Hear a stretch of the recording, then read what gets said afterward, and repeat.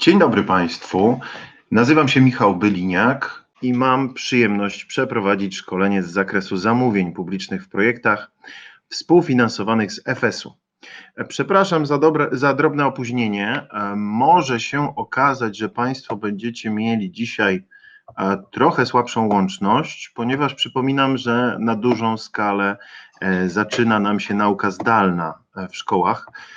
W związku z tym i nasze oprogramowanie prawdopodobnie będzie trochę obciążone i bardzo możliwe, że sama łączność u Państwa, więc obciążenie łącza internetowego też może być spore. W krótkich żołnierskich słowach, proszę Państwa, kwestie organizacyjne. Widzę, że Państwo mnie słyszycie, bo piszecie, więc bardzo się cieszę, że mnie słyszycie. Mam 2 godziny, nie słychać. Pani Magdalena zgłasza, że nie słychać. Pani Katarzyna zgłasza, że słychać. Drodzy Państwo, ja wpisuję tylko wiadomość w czat dla tych, którzy nie słyszą.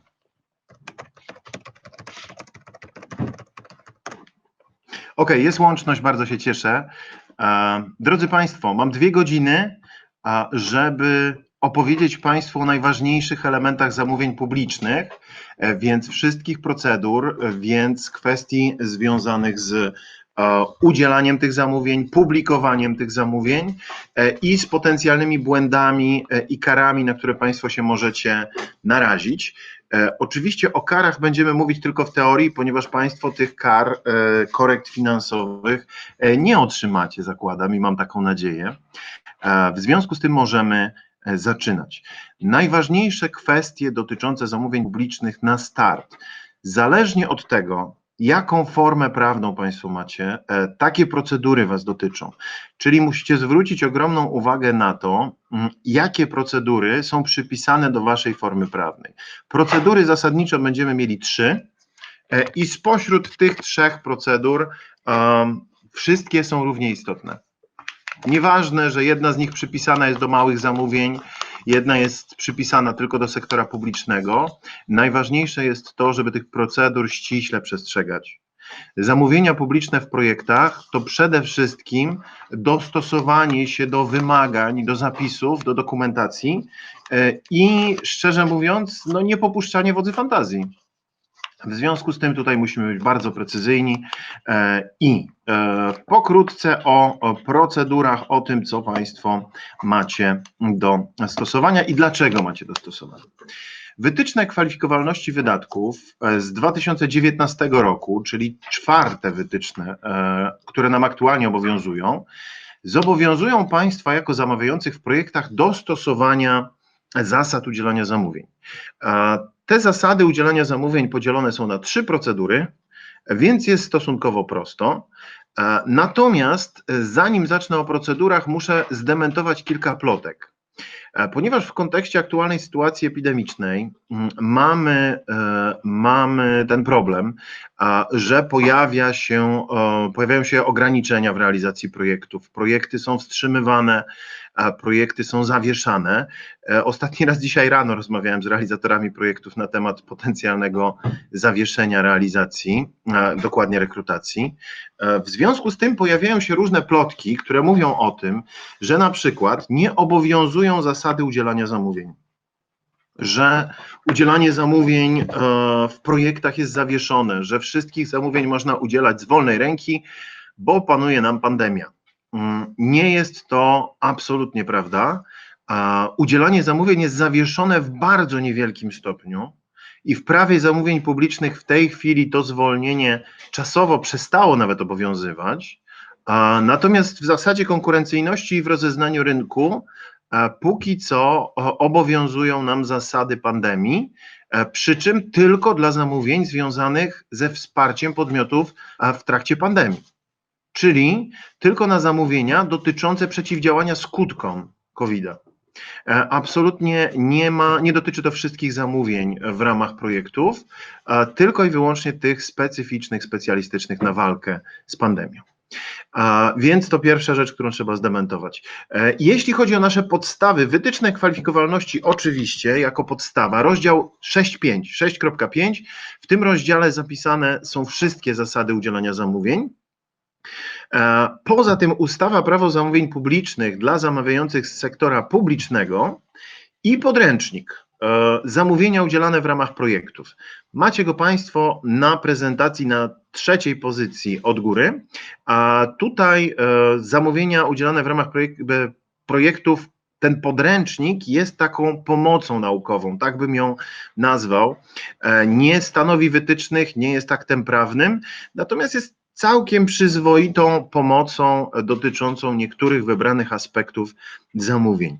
Zachęcam, żeby do niego rzucić okiem. Jest dosyć rozległy, można sobie poprzeglądać interesujące Państwa rozdziały. Ja pokrótce się będę do niego odnosił w międzyczasie. Nie jestem jego specjalnym wielbicielem, no ale skoro jest i obowiązuje, to należy się do niego odnosić. On jest aktualny, został zaktualizowany po zmianie wytycznych w 2019 roku, w związku z tym póki co możemy się do niego odnosić i stosować. I teraz wchodzimy w założenia dotyczące udzielania zamówień i procedury. Procedury mamy 3. Pierwsza, najniższa procedura, tak ją nazwijmy, dla wartości zamówień od 20 000 złotych netto. Pojawia nam się rozeznanie rynku, taka pierwsza procedura, ale co poniżej rozeznania? Co z zamówieniami, które są warte mniej niż 20 000 złotych netto? W tej sytuacji Państwo macie obowiązek zapewnić celowość, oszczędność i zapewnienie najlepszych efektów z danych nakładów. To nie oznacza najtaniej, tylko najlepiej względem obowiązującego budżetu. A w związku z tym zamówienia poniżej 20 000 są udzielane z wolnej ręki albo zgodnie z wewnętrznymi procedurami, które Państwa obowiązują. Znaczna część z Państwa reprezentuje sektor publiczny, w związku z tym będziemy mieli z całą pewnością sporo różnych, absolutnie bardzo zróżnicowanych procedur udzielania zamówień. Ja miałem okazję takich zamówień w sektorze publicznym udzielać zgodnie z procedurami poniżej jakichkolwiek progów. Byłem eurokoordynatorem dla Urzędu Miasta Stołecznego i tam mieliśmy zebrać 3 oferty dla zamówień od 350 zł brutto. Więc no jestem zaznajomiony z tymi procedurami. One mają różnie z zasadnością, natomiast są faktycznie i trzeba ich przestrzegać. Wytyczne kwalifikowalności ani żaden dokument w funduszach europejskich nie nakłada na nas obowiązków stosowania żadnych procedur poniżej 20 000. Od 20 000 do 50 000 włącznie mamy rozeznanie rynku. Procedurę, która nie jest wprost procedurą wyboru wykonawcy. Co mam na myśli? Chodzi o to, że procedura rozeznania rynku ma na celu udowodnienie, że cena, którą stosuje, jest rynkowa, a nie wybranie konkretnego podmiotu. Przy okazji oczywiście mogę wybrać konkretny podmiot i ten konkretny podmiot mogę wskazać, następnie podpisać z nim umowę, ale tylko przy okazji. Cel jest inny. Celem takiego działania jest udowodnienie, że cena, którą stosuję, jest ceną rynkową. Od 50 000 złotych w górę mamy zasadę konkurencyjności. Ta procedura jest oparta o przepisy prawa zamówień publicznych, natomiast nie jest z nimi związana. Na przepisach prawa zamówień publicznych PZP powstały założenia dla zasady konkurencyjności, ale bardzo przestrzegam tych z Państwa, którzy całe życie realizują procedury prawa zamówień publicznych, żeby absolutnie nie stosować wszystkich zasad PZP, robiąc zasadę konkurencyjności. Jest kilka niuansów, w których widać natychmiast, że osoba, która zrobiła postępowanie, całe życie zajmuje się PZP, a zasady konkurencyjności jeszcze nie widziała, więc bardzo ostrożnie. Procedurę zasady konkurencyjności stosują wszyscy od 50 000 złotych netto w górę, zarówno sektor publiczny, jak i sektor prywatny. I teraz procedura ostatnia, trzecia, która dotyczy tylko zamawiających w rozumieniu prawa zamówień publicznych, czyli podmiotów publicznych, mówiąc najogólniej. Ta procedura trzecia będzie to procedura wynikająca z ustawy PZP, czyli procedury przetargowe. I te procedury będziemy stosować od 30 000 złotych netto albo od innych progów PZP, jeżeli występują w zamówieniach inne progi. Natomiast bardzo ważne dla podmiotów publicznych jest to, żebyście Państwo pamiętali, że dla Was prawo zamówień publicznych zawsze ma pierwszeństwo. I w szacowaniu zamówienia, i w udzielaniu zamówienia prawo zamówień publicznych zawsze będzie pierwsze. W związku z tym sektor prywatny od 50 000 złotych netto w górę stosuje zasadę konkurencyjności, a sektor publiczny od 50 000 stosuje zasadę konkurencyjności, a od progów przetargowych zasadniczo od 30 000 euro stosuje procedury ustawy prawo zamówień publicznych. W ten sposób to wygląda. I teraz bardzo ważna rzecz dotycząca tych zamówień. Ja o procedurach Państwu na spokojnie opowiem wszystkich, ale bardzo ważne jest ustalenie wartości zamówienia. I zaczniemy od sektora publicznego, bo sektor publiczny w inny sposób to robi niż wszyscy pozostali.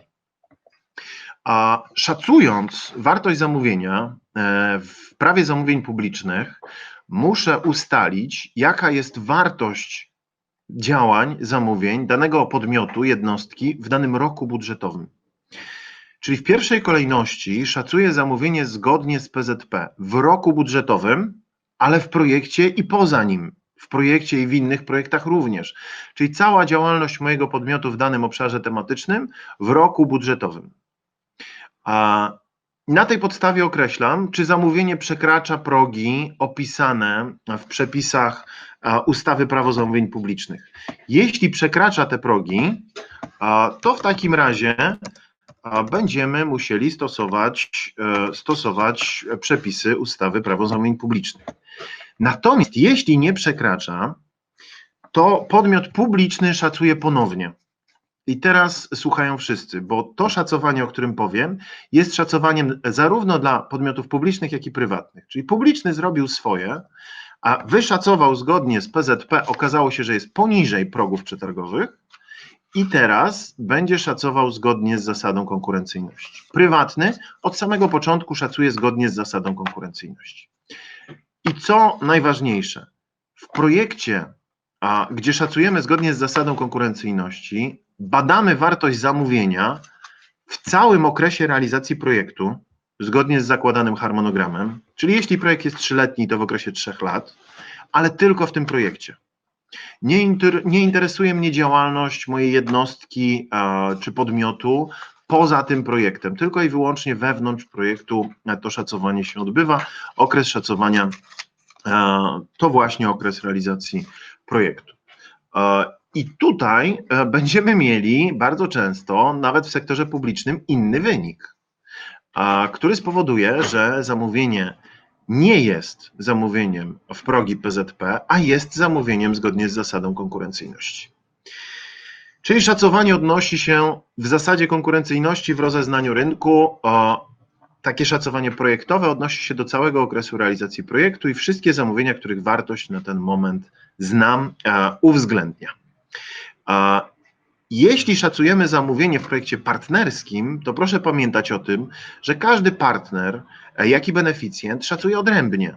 Udziela zamówienia odrębnie, więc i szacuje odrębnie. Czyli nie łączy się części zamówienia przypisanych do partnerów, nie łączy się części partnera i beneficjenta. Każdy z tych podmiotów będzie szacował sobie odrębnie. Jeśli chodzi o jedno zamówienie, ono będzie bardzo ważnym elementem całego tematu zamówień publicznych, ponieważ stwierdzenie, że coś jest jednym zamówieniem, przypisuje od razu automatycznie procedurę udzielania zamówienia. Na co zwrócić uwagę w szacowaniach, co powoduje częste błędy? Po pierwsze, rozdzielanie sztuczne zamówień. Absolutnie nie wolno rozdzielać po to, żeby zejść do niższej czy prostszej procedury. Rozdzielanie zamówienia to na przykład sytuacja, która miała miejsce, opowiadam Państwu o realnych przypadkach w naszym województwie. Zdarzyło się tak, że jedna ze szkół, organizując wyjazdy do placówek naukowych, powiedzmy do takich centrów nauki Kopernik po całym kraju, nie wyszacowała wartości zamówienia jako sumy wszystkich wyjazdów, tylko zdecydowała się określić wartość zamówienia dla każdego wyjazdu odrębnie. Znała wartość pozostałych wyjazdów, wiedziała jaki będą miały zakres, a szacowała bez uwzględnienia pozostałych tylko pojedynczo. Tym sposobem zeszła poniżej procedur. Ja miałem okazję próbować ich ratować przed korektą finansową. No, sytuacja była bardzo trudna, bo musieliśmy znaleźć przesłankę, która spowodowałaby, że no faktycznie to szacowanie było prawidłowe. Nie wiem, jak się sytuacja skończyła. Dostali ode mnie materiał, natomiast trochę pospieszyli się z przesłaniem informacji do instytucji, więc obawiam się, że mogło się skończyć nie najlepiej. W każdym razie musicie Państwo zwrócić uwagę na to, żeby sprawdzić, co tym jednym zamówieniem będzie. Ja za chwilę będę opowiadał o tym, jakie są przesłanki jednego zamówienia, natomiast sztuczne dzielenie zamówień jest absolutnie niedopuszczalne. Kolejna rzecz w szacowaniach. Pojawiają się, zwłaszcza w zasadzie konkurencyjności i w rozeznaniu rynku, możliwości zaplanowania zamówień uzupełniających i dodatkowych. To będą takie zamówienia, które spowodują, że jeśli nie jestem do końca pewien zakresu mojego zamówienia, ile tych jednostek, sztuk, godzin będzie do zrealizowania, później w trakcie realizacji umowy mam prawo zwiększyć ten zakres. Zwiększyć go mogę o maksymalnie 50% zamówienia podstawowego, ale muszę w dokumentacji zamówienia przewidzieć udzielanie zamówień uzupełniających i dodatkowych. W związku z tym, jeśli przewidzę zamówienia uzupełniające i dodatkowe na poziomie 50% zamówienia podstawowego, dopuszczam, nie zakładam, że na pewno będą, tylko dopuszczam możliwość udzielenia uzupełniających i dodatkowych. W takiej sytuacji muszę szacować już z tymi zamówieniami uzupełniającymi i dodatkowymi. Czyli muszę uwzględnić wartość tych 50% zamówień dodatkowych w zamówieniu podstawowym, w szacowaniu. Dlaczego to jest problem i dlaczego to często prowadzi do negatywnych skutków w projektach? Dlatego, że uwzględnienie tego szacowania może spowodować, że termin, jaki będziemy mieli na składanie ofert, się wydłuży, że zamówienie chociażby przy zasadzie konkurencyjności, które ma mniej niż 211 tysięcy euro, czyli będzie publikowane 7 dni co najmniej, a nagle okazuje się, że po uwzględnieniu zamówień dodatkowych i uzupełniających ma ponad 211 tysięcy euro i musi być publikowane 30 dni. I tutaj bardzo łatwo o korektę finansową z powodu skrócenia terminu publikacji. Pokażę Państwu później, w drugiej części naszego spotkania, taryfikator korekt. Mamy nowy taryfikator korekt, czyli nowe rozporządzenie dotyczące kar finansowych, mówiąc krótko, za naruszenia w zamówieniach publicznych. Ok, czyli rozeznanie rynku, pierwsza z procedur i od 20 do 50 tysięcy złotych netto mamy tę procedurę. Następna jest zasada konkurencyjności, która obowiązuje dwa rodzaje podmiotów, zarówno publiczne, jak i prywatne, ale prywatne mają po prostu zasadę konkurencyjności od 50 tysięcy złotych netto, a podmioty publiczne będą miały procedury ustawy Prawo zamówień publicznych powyżej progów z PZP, czyli zasadniczo powyżej 30 tysięcy euro. Od 30 tysięcy euro stosujemy procedury przetargowe, mówi Prawo zamówień publicznych. Tu dwa słowa komentarza dla Prawa zamówień publicznych. Szanowni Państwo, no ma wejść w nowym kształcie Prawo zamówień publicznych od stycznia 2021 roku. Bądźcie czujni, bo w kontekście zamówień w projektach FS-u właśnie, o których rozmawiamy dziś, znika artykuł 138o, taki jest plan, czyli zamówienia społeczne i inne szczególne, znikną nam, trochę się to pozmienia, więc bądźcie bardzo czujni w momencie, kiedy to będzie wchodziło, żeby stosować się do procedur, które w tej chwili obowiązują.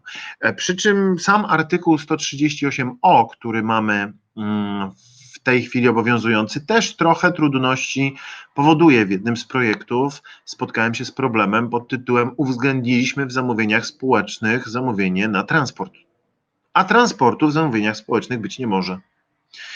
W związku z tym pewne naruszenia, niuanse, detale się pojawiają.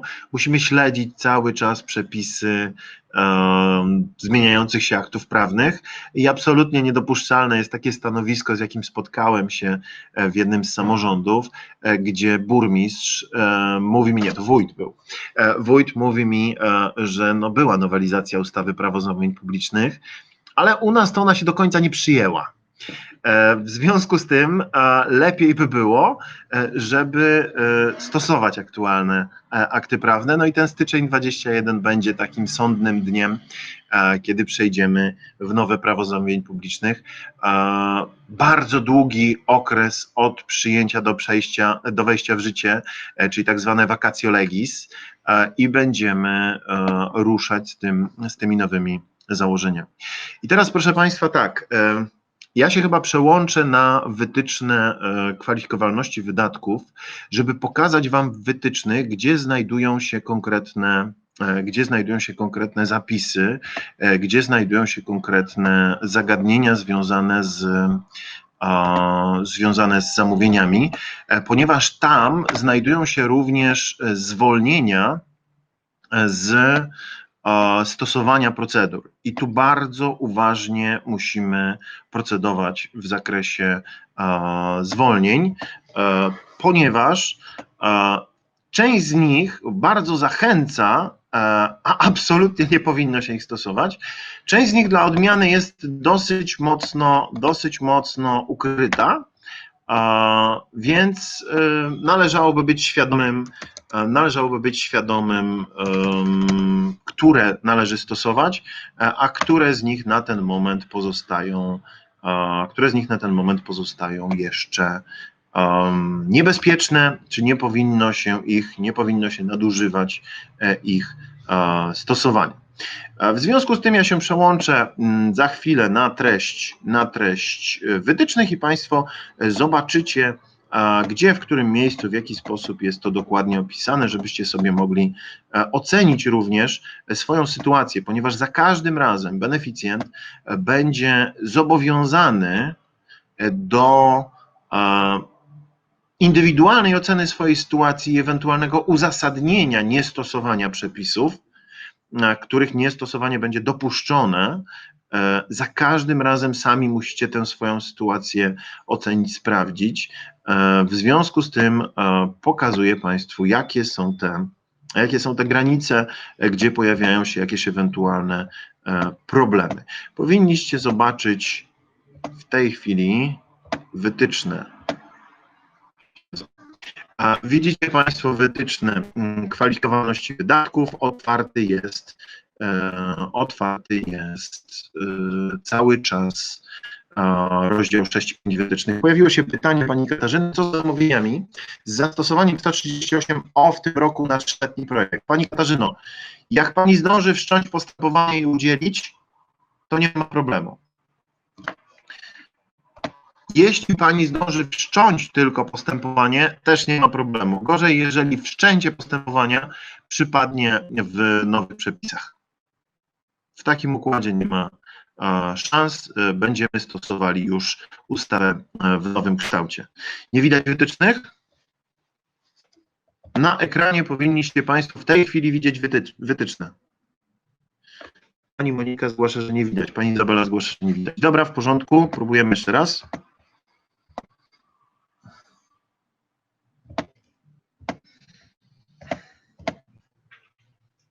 Pan Błażej zgłasza, że widać.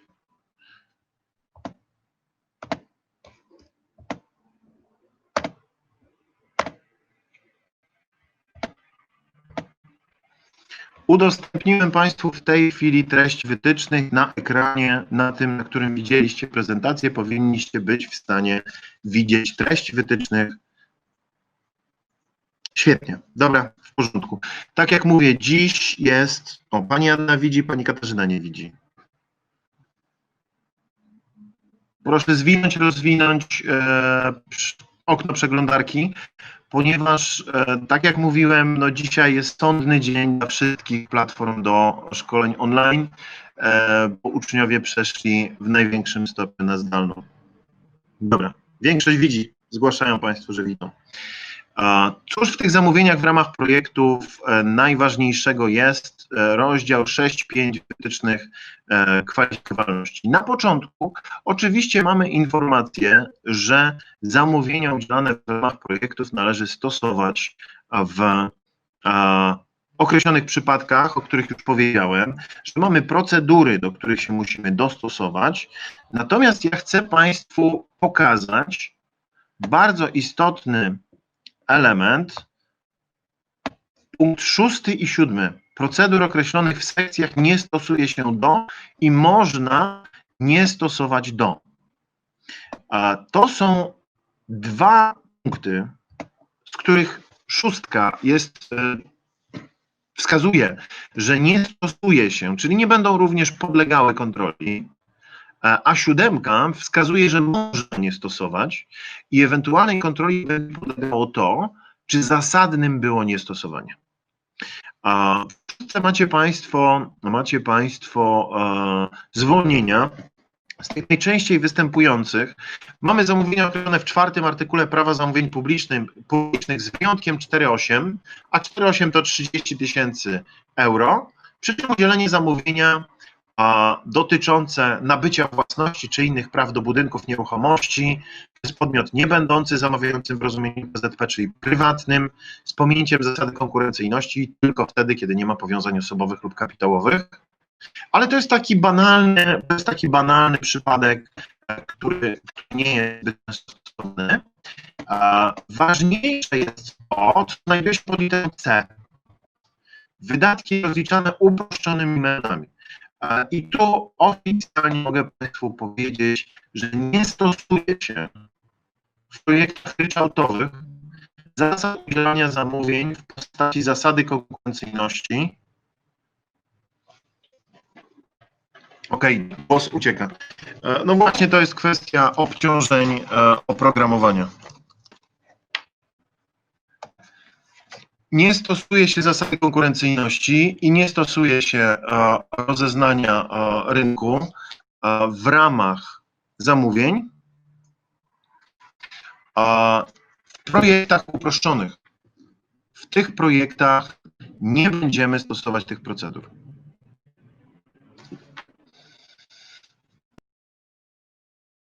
Próbujemy łącza odciążyć kliki meetingowe. Robimy to w inny sposób. Na skróty. Nie stosujemy, mamy w prezentacji to samo i być może będzie trochę łatwiej. Nie stosujemy w ramach projektów uproszczonych rozeznania rynku i zasady konkurencyjności. Mówi o tym punkt 6 wytycznych kwalifikowalności wydatków. Natomiast jeśli chodzi o stosowanie zasady prawa zamówień publicznych, to żadne wytyczne jeszcze z prawa zamówień publicznych nikogo nie zwolniły. W takim układzie stosujemy przepisy ustawy Prawo zamówień publicznych, natomiast zasada konkurencyjności i rozeznania rynku nie znajdują zastosowania. W projektach w trybie partnerstw publiczno-prywatnych, tam gdzie beneficjent wybrał sobie wykonawcę w trybie partnerstwa publiczno-prywatnego, również nie będziemy stosowali procedur udzielania zamówień. I to są w zasadzie wszystkie wyłączenia z wytycznych. Tak naprawdę najczęściej stosowanym jest nie udzielanie zamówień zgodnie z procedurami w rozeznaniu w projektach ryczałtowych. To spowoduje, że będziemy mieli dużo prościej w projektach małych do 100 000 euro dofinansowania. Od razu mogę Państwu powiedzieć, że Komisja zapowiada na perspektywę 2021-2027 podniesienie tego progu wartości zamówień nie wartości zamówień, tylko projektów ryczałtowych do 200 000 euro. Zobaczymy jeszcze, co z tego wyniknie, ale dokumenty w Komisji są w fazie projektowania i bardzo możliwe, że będziemy mieli ryczałty do 200 000 euro. I teraz punkt 7 tych wytycznych, czyli 6.5 punkt 7. Państwo możecie sobie śledzić u siebie, tak jak mówię, ja żeby łącza clickmeetingowego nie obciążać, żeby dało się jakoś lepiej z Państwem komunikować, nie prezentuję ekranu, tylko pokazuję treść wytycznych w prezentacji. Natomiast w punkcie 7 mamy zapisane możliwe niestosowanie. Możliwe niestosowanie oznacza, że to do mnie jako beneficjenta należy decyzja, czy nie stosuję wytycznych, czy zdecyduję się udzielać zamówień zgodnie z tymi procedurami. I pierwszy z tych punktów jest najważniejszy. Pod 7, pod literą A mamy taką informację. W wyniku przeprowadzenia zasady konkurencyjności nie wpłynęła żadna oferta lub wpłynęły tylko oferty podlegające odrzuceniu, albo wszyscy wykonawcy zostali wykluczeni lub nie spełnili warunków udziału. To jest początek tego zwolnienia i najpierw chcę go skomentować. Jeśli nie spełniono warunków podstawowych, jeżeli nie ma żadnej ważnej oferty albo po prostu nie ma oferty, a Państwo jesteście pewni, że zamówienie było realizowane zgodnie z wytycznymi, to dalej zamówienia udziela się już z wolnej ręki. Czyli udzielam zamówienia z wolnej ręki w przypadku braku ofert, jeśli postępowanie było przeprowadzone prawidłowo, pierwsze. Nie muszę go powtarzać, nie muszę go ponawiać, ale nie mogę zmienić pierwotnych warunków. I tu jest jedna z pułapek zasady konkurencyjności, bo jeśli w zamówieniu napisałem, że wykonanie zamówienia nastąpi do końca października i powiedzmy 20 października dowiedziałem się, że nie wpłynęła żadna oferta, mogę udzielić tego zamówienia z wolnej ręki, ale nie mogę zmienić pierwotnych warunków, a pierwotnym warunkiem było zrealizowanie tego zamówienia do końca października. Czyli mogę udzielić 20 października zamówienia z wolnej ręki pod warunkiem, że wykonawca zrealizuje do końca października. Dlatego dużo bardziej rozsądnym rozwiązaniem jest wpisywanie terminu realizacji zamówienia jako terminu względnego do x miesięcy od daty podpisania umowy, do 3 miesięcy od podpisania umowy. Wtedy, niezależnie od tego, kiedy nastąpi podpisanie umowy, ten czas na realizację zlecenia jest ten sam. On jest bezpieczny dzięki temu, taki względny termin, tak bym go nazywał. Bezwzględny to data w kalendarzu, a termin względny to po prostu określony odgórnie. Jest dużo bezpieczniejszy dla zamawiającego i sporo korzyści przynosi. Następnie z tych zwolnień mamy możliwość, Pani Katarzyna, określone w podrozdziale przesłanki umożliwiające niestosowanie procedur należy interpretować, biorąc pod uwagę wykładnie odpowiednich przepisów PZP. To jest artykuł 62 i 67 umożliwiających zastosowanie trybu niekonkurencyjnego po spełnieniu warunków. Tak, to wygląda skomplikowanie, natomiast ja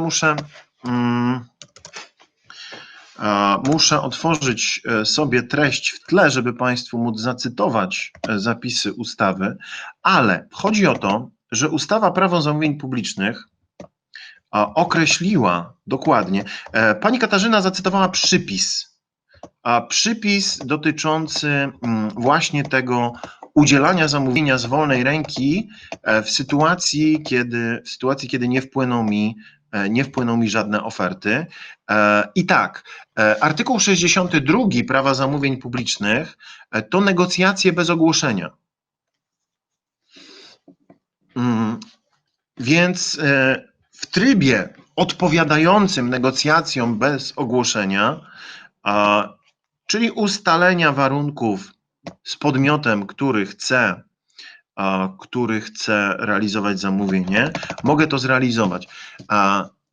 Ten przypis odnosi się tylko do procedur do procedur prawa zamówień publicznych, nie opiera zasady konkurencyjności bezpośrednio na tych procedurach. Dla odmiany artykuł 68 prawa zamówień publicznych, do którego również odnosi się ten przypis, będzie nam regulował zagadnienia dotyczące zaproszenia do negocjacji, czyli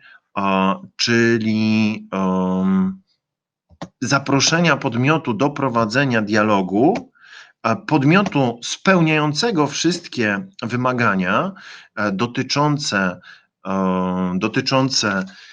samego przedmiotu zamówienia, potwierdzenia przez niego, że spełnia te wymagania i podpisania z nim umowy. Czyli 62 i 67 to odniesienie do 62 i 67 PZP. W takim wypadku po prostu wskazuje nam procedury, które można by było stosować, Pani Katarzyno. To Pani Katarzyna 4 te pytania zadaje. I teraz tak,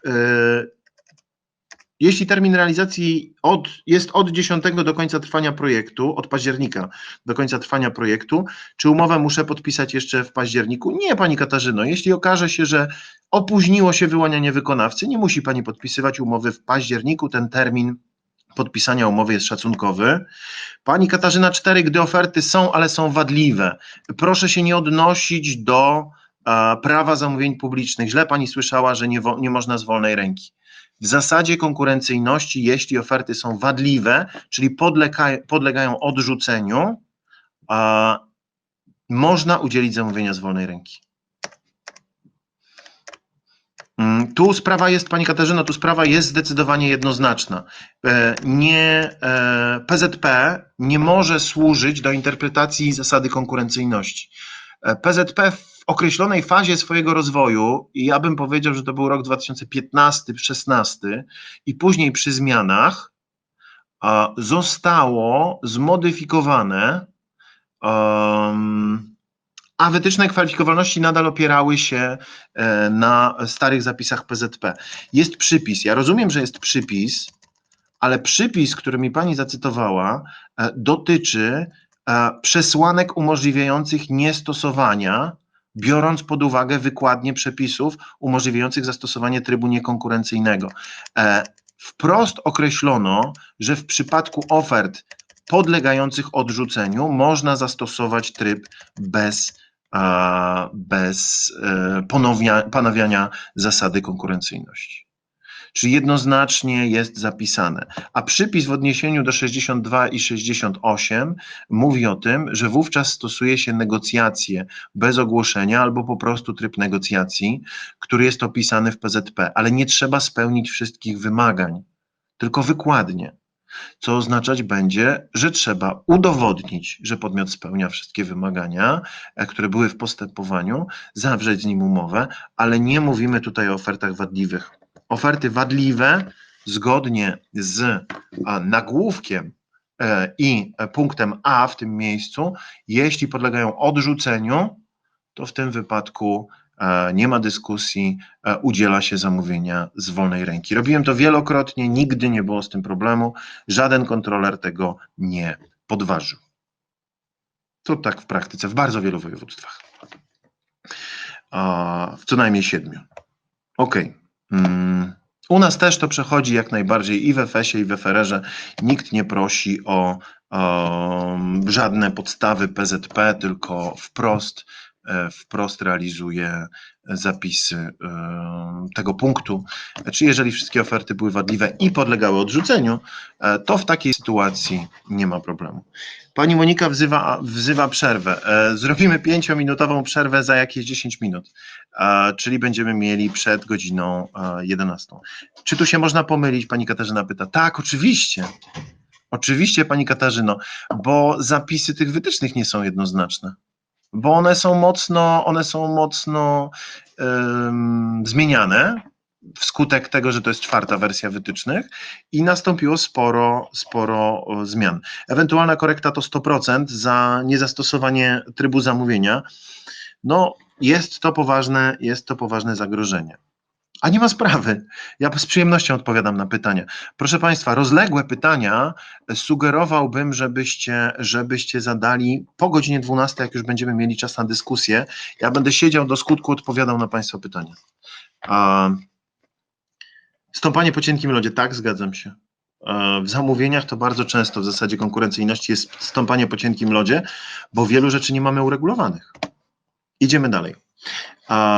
Ze zwolnieniami jest tak. Mamy możliwość niestosowania zamówień, jeśli mogą być realizowane tylko przez jednego wykonawcę, bo nie ma konkurencji. Bardzo Was proszę, nie wpadnijcie tutaj w pułapkę, bo były takie przypadki w zamówieniach na sprzęt, i to na przykład były rezonanse magnetyczne do szpitali. Ja wiem, że to jest ogromny temat, natomiast dobrze Wam zobrazuję zjawisko. Podmiot udzielił zamówienia z wolnej ręki, stwierdzając, że jest tylko jeden wykonawca, a tylko jeden to był producent, a dystrybutorów w kraju na sprzęt było 9. I każdy z dystrybutorów miał prawo kreowania własnej polityki cenowej.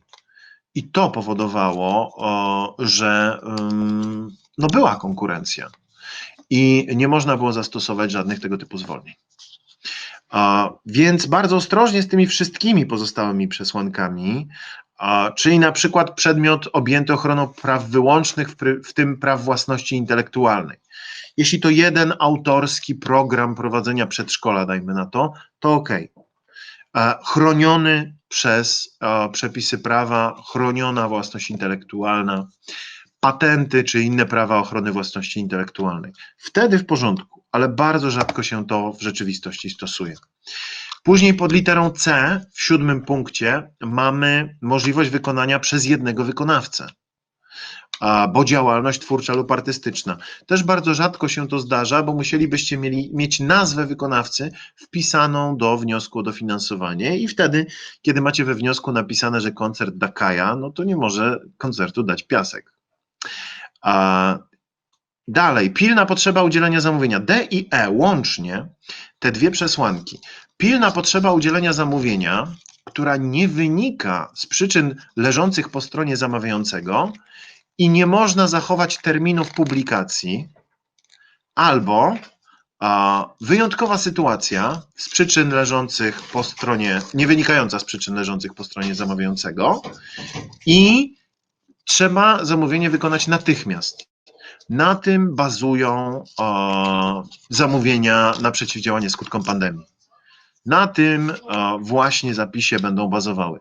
W związku z tym nie sugeruję stosowania absolutnie tych dwóch zwolnień w zamówieniach, bo nic dobrego to Państwu nie przyniesie. Później mamy dodatkowe zwolnienia, ale one nie dotyczą zamówień w EFES-ie. W jednym z tych punktów tylko, pod literą G, mamy dodatkowe dostawy, zamówienia dodatkowe i uzupełniające i w tym kontekście, jeśli przewidziano możliwość w dokumentacji zamówienia i w umowie z wykonawcą zamówień uzupełniających lub dodatkowych, to można je bez procedury realizować. Co musicie wiedzieć o tych zwolnieniach? Zawsze ich zastosowanie musi być uzasadnione na piśmie. Z jakiej przyczyny nie stosuje zamówień? Na przykład w postępowaniu nie wpłynęły żadne oferty.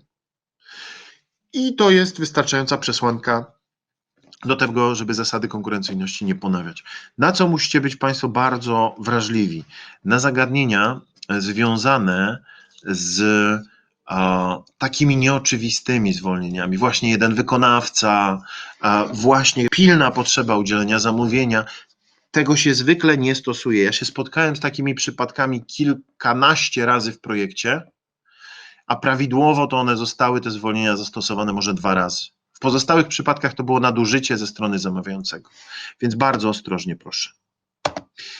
O szacowaniu zamówienia powiedziałem Państwu wcześniej, że 2 sposoby szacowania mamy, natomiast chciałbym, żebyście zwrócili uwagę na jedną kwestię związaną z dokumentowaniem szacowania. Szacowanie ma zapewnić właściwą ścieżkę audytu, a właściwa ścieżka audytu to możliwość sprawdzenia tego. W tej chwili zapisy wytycznych kwalifikowalności mówią o tym, że to szacowanie może być przeprowadzone na podstawie zatwierdzonego wniosku o dofinansowanie. Macie to Państwo zapisane w wytycznych kwalifikowalności wydatków w punkcie 10 w rozdziale 6.5, a tam zapisano, że właściwa ścieżka audytu na przykład w zatwierdzonym wniosku o dofinansowanie projektu lub w notatce z szacowania. Te dwa rodzaje są istotne. I teraz tak, w prawie zamówień publicznych szacowanie musi być udokumentowane. Musimy mieć dokument potwierdzający szacowanie, więc zwykle jest prowadzone pisemnie, czy to w postaci maili, czy to w postaci ogłoszenia na stronie internetowej. Natomiast w sytuacjach, w których mamy zasadę konkurencyjności i rozeznanie rynku, to szacowanie może wynikać z tego, że Państwo szacowali już na potrzeby wniosku o dofinansowanie. Może zostać przeprowadzone telefonicznie nawet. To jest pewnego rodzaju różnica ogromna między PZP a zasadą konkurencyjności i rozeznaniem, bo notatka z szacowania telefonicznego jest w zupełności wystarczającą dla zasady konkurencyjności i rozeznania. I teraz tak, szacowanie jest dokonywane w cenach netto i musimy wziąć pod uwagę przesłanki jednego zamówienia, pochodzące z PZP, a stosowane również w zasadzie konkurencyjności. Usługi, dostawy oraz roboty budowlane są tożsame rodzajowo lub funkcjonalnie, mają to samo przeznaczenie. Tu często kod ze słownika zamówień, kod CPV będzie służył właśnie jakiemuś takiemu ułożeniu tematu zamówienia. Możliwe jest udzielenie zamówienia w tym samym czasie, czyli możliwe jest udzielenie zamówienia w okresie realizacji projektu i wykonanie zamówienia przez jednego wykonawcę. Najpierw ta przesłanka druga, bardzo istotna.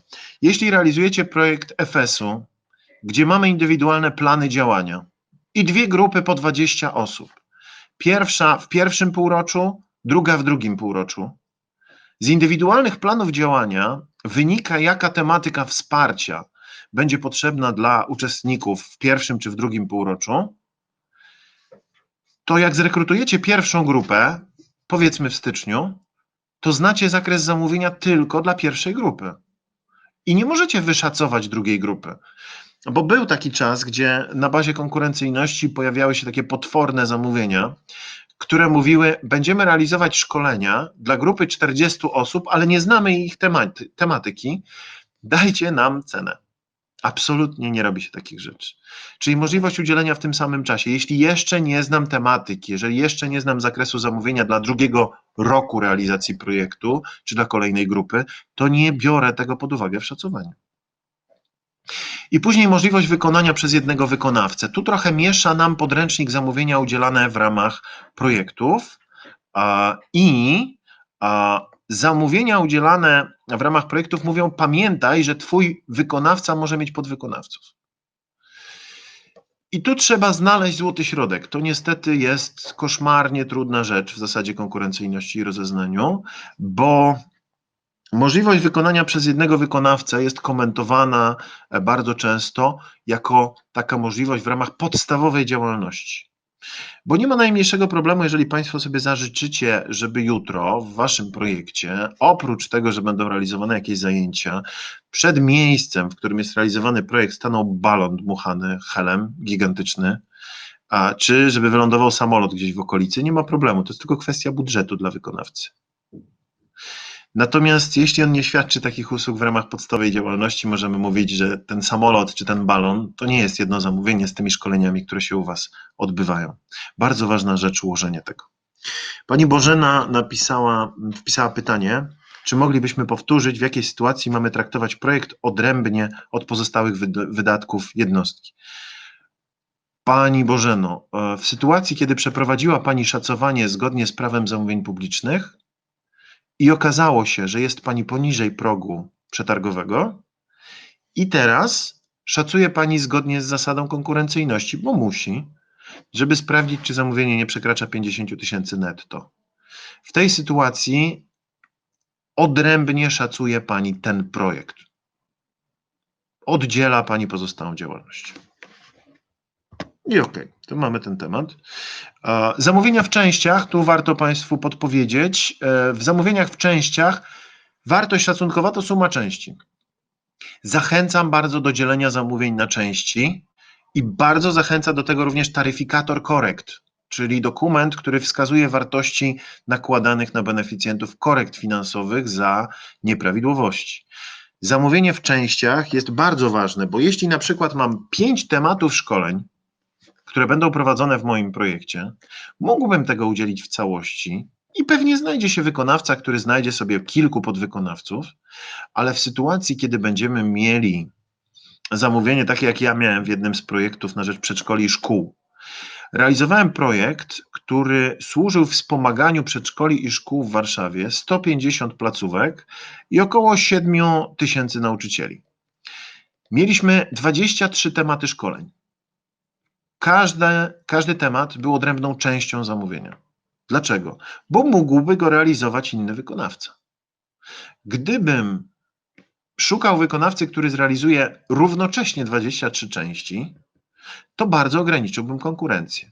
Więc dzielenie zamówienia na części, czyli wewnątrz jednej procedury odrębne elementy zamówienia, jest jak najbardziej pochwalane, jest jak najbardziej korzystnym rozwiązaniem, które znajduje aprobatę instytucji. Podmioty prywatne szacują tylko w odniesieniu do swojego projektu, nie wybiegają poza ten zakres. I pokrótce powiem Państwu jeszcze o jednej z procedur, o rozeznaniu rynku przed przerwą, bo ono jest bardzo proste.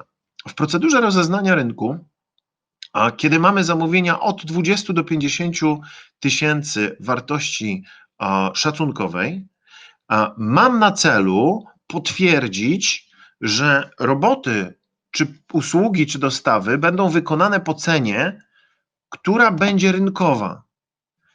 I w tym celu muszę przejrzeć cenniki, muszę zgromadzić dane z cenników, z ofert, ze stron internetowych wraz z tymi cennikami. Czy jeżeli wydrukuję sobie cennik ze sklepu z zabawkami, to jest w porządku, a jeśli tylko wezmę sobie cenę i wpiszę do jakiejś notatki, to już nie jest spełniony wymóg rozeznania. Czyli muszę mieć co najmniej 2, bo wytyczne w części 6.5.1, w rozdziale 6.5.1, który dotyczy rozeznania, mówią wprost, że to mają być cenniki, a nie cennik i liczba mnoga wskazuje, że tego ma być co najmniej 2. W tym układzie, kiedy Państwo będziecie robili rozeznanie, macie obowiązek zebrać co najmniej 2 cenniki.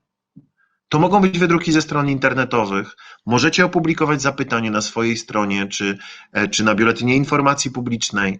To mogą być zapytania wysłane mailem, ale nie ma już obowiązku wysyłania na przykład do co najmniej 3 podmiotów. W tym momencie macie Państwo zebrać cenniki. Kluczowy błąd, który się tutaj w rozeznaniu zdarza, są 2 cenniki, ale każdy dotyczy innego przedmiotu zamówienia. Po to instytucja życzy sobie, żeby nie tylko cena, ale i cennik były, żeby zobaczyć, czy zakres jest ten sam, czy zakres się zgadza. Jasne, że w skomplikowanych szkoleniach pewnie będziecie wysyłać zapytanie, a w prostych zamówieniach w projektach prawdopodobnie będziecie wywieszać tylko i wyłącznie na stronie internetowej i ewentualnie ściągać sobie ceny z jakichś sklepów internetowych czy z Allegro i to będzie w zupełności wystarczające. W tym wypadku, kiedy mówimy o zamówieniach od 20 do 50 tysięcy, nie trzeba zawierać pisemnej umowy. Można oczywiście, natomiast nie trzeba zawierać pisemnej umowy. Faktura czy inny dokument księgowy będzie właściwą podstawą do rozliczenia i tu wystarczy nam w zupełności taki dokument. Więc rozeznanie ma służyć tylko i wyłącznie potwierdzeniu ceny. W praktyce mógłbym zrobić rozeznanie na 3 podmiotach, które powiedzmy złożą mi oferty, a udzielić zamówienia 4., który w tym rozeznaniu nie uczestniczył, bo nie jest to procedura wyłaniania wykonawcy i widziałem takie przypadki.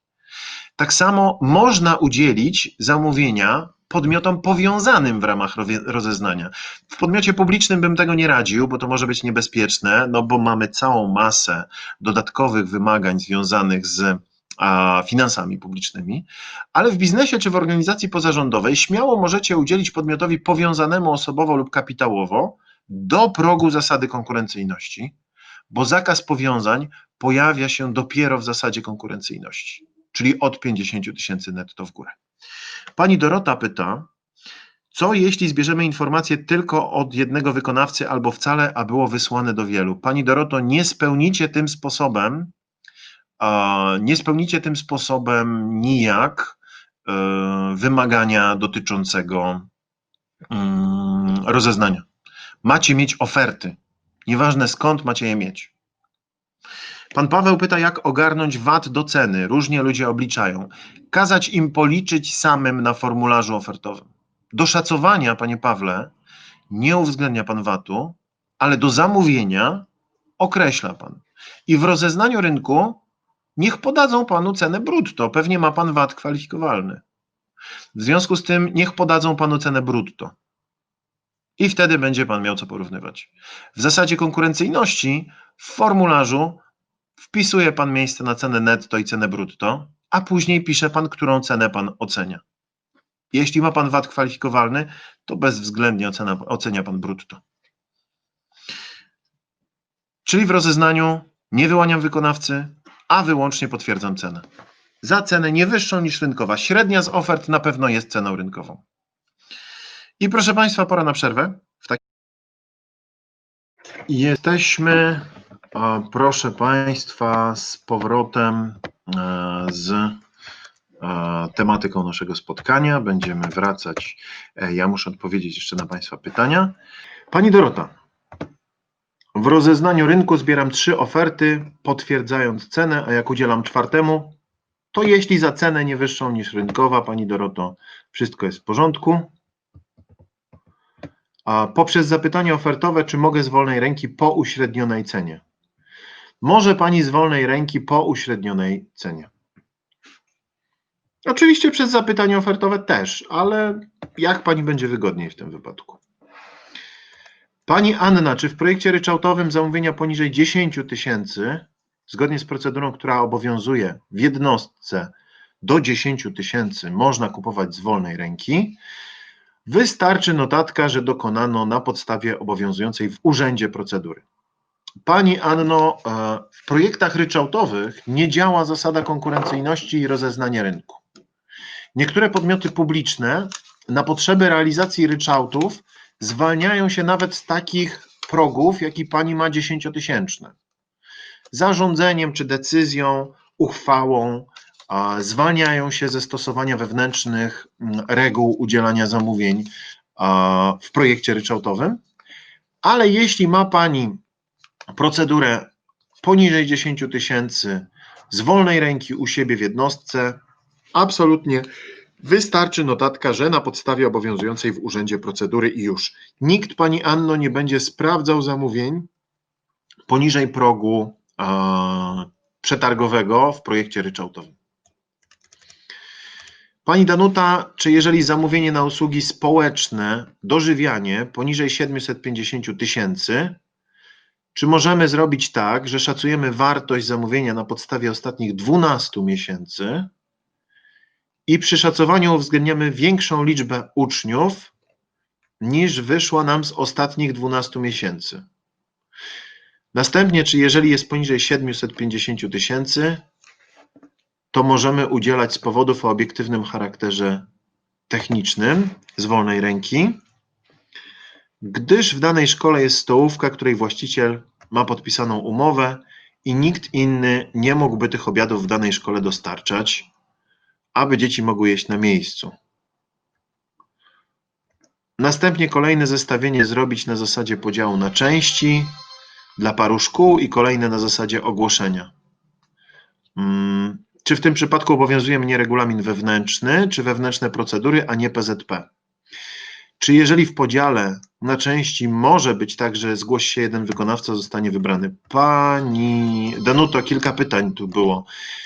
W pierwszej kolejności musi pani szacować zgodnie z prawem zamówień publicznych, więc całą znaną wartość zamówienia w roku.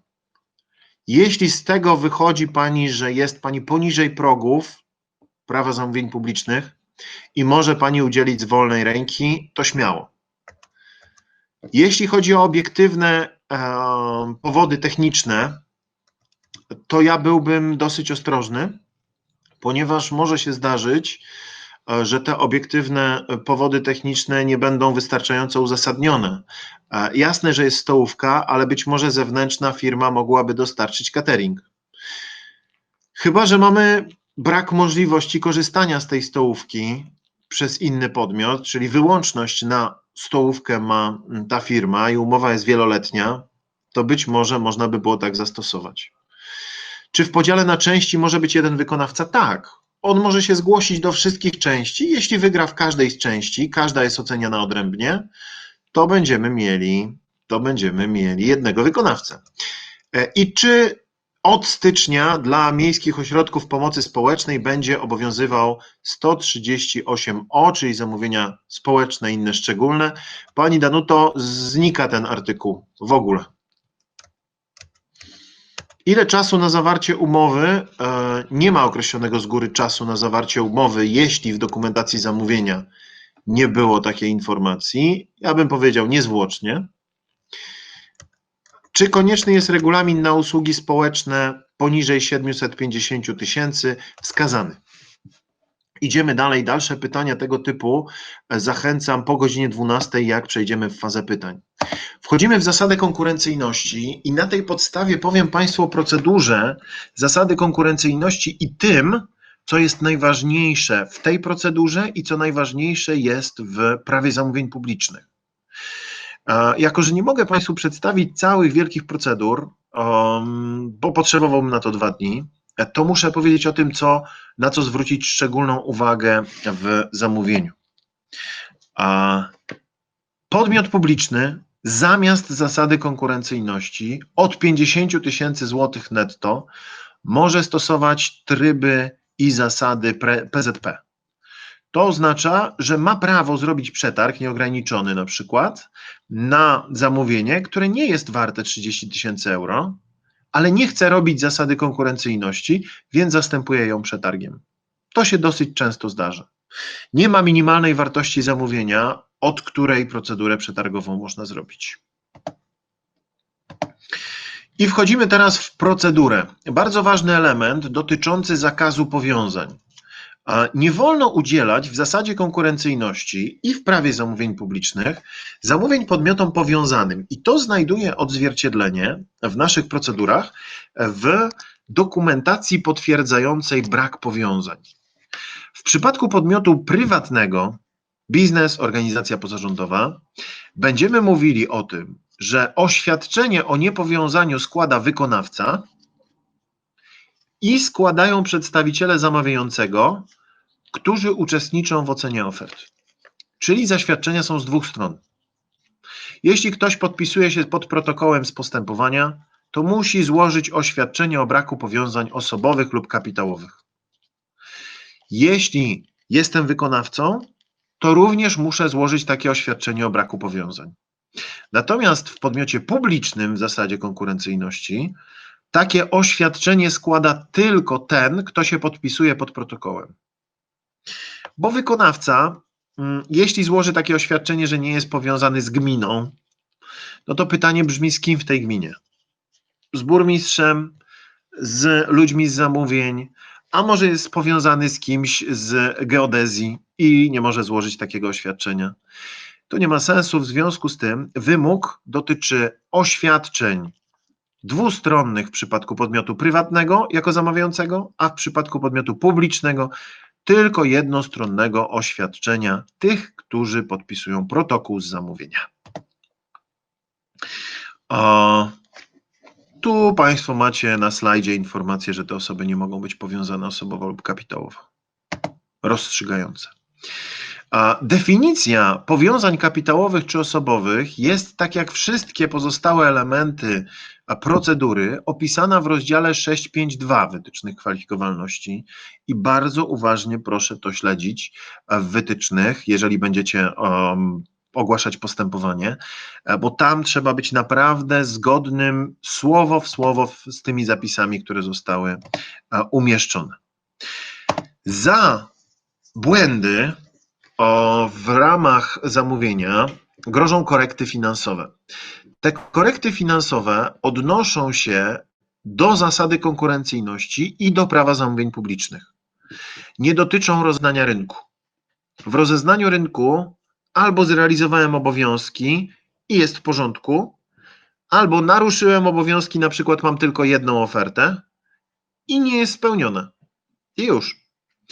A przy czym oczywiście łatwo jest znaleźć, łatwo jest zdobyć oferty w procedurze rozeznania rynku. I teraz, jeśli mówimy o naruszeniach, jeśli mówimy o korektach finansowych, mamy nowy taryfikator korekt wydany w 2020 roku. On dzisiaj będzie na koniec, żeby Państwu nie grozić z wyprzedzeniem. Bardzo trzeba na niego uważać, ponieważ rozbudował się mocno, doprecyzował i to, co nam obowiązywało od 2017 roku, zostało dosyć dobrze rozszerzone. I musimy bardzo uważać na to, żeby nie narazić się na jakieś sankcje. Dlatego chcę Państwu powiedzieć o elementach zapytania, bo to w nich najczęściej i w terminie publikacji jest problem. Opis przedmiotu zamówienia jako pierwszy z elementów. Znajdziecie Państwo dalej w prezentacji informacje na ten temat.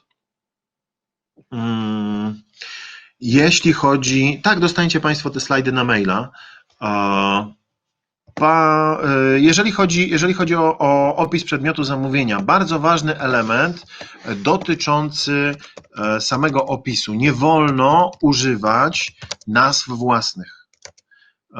Więc żadnych marek, żadnych nazw towarowych. Zdarzają się korekty finansowe związane zdarzają się takie korekty związane chociażby z zastosowaniem nazwy Polbruk czy Kostka Bauma.